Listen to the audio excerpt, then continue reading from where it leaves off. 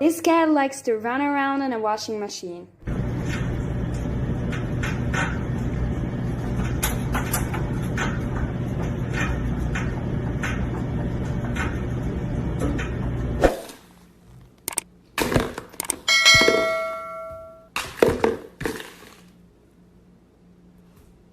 That's hanging here. I'm gonna put this toothpick in between the rope like this.